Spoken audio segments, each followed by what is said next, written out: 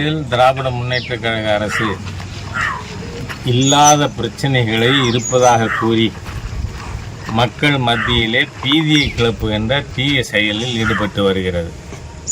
இன்றைய தினம் தென் மாநிலங்களுடைய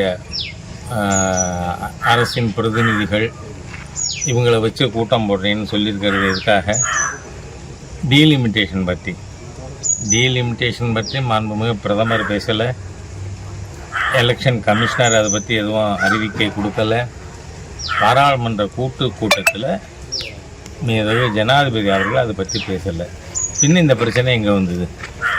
இவர்களுக்கு முதல்ல நேற்றைய தினம் மாண்புமிகு பிரதமர் அவர்கள், உள்துறை அமைச்சர் அவர்கள் பார்லிமெண்ட்டில் சொல்லியிருக்கிறபடி இவர்கள் செய்த ஊழலை மறைப்பதற்காக மொழி பிரச்சனை இப்பொழுது தொகுதி வரையறை செய்கின்ற பிரச்சனை என்று கிளப்பியிருக்கிறார்கள்.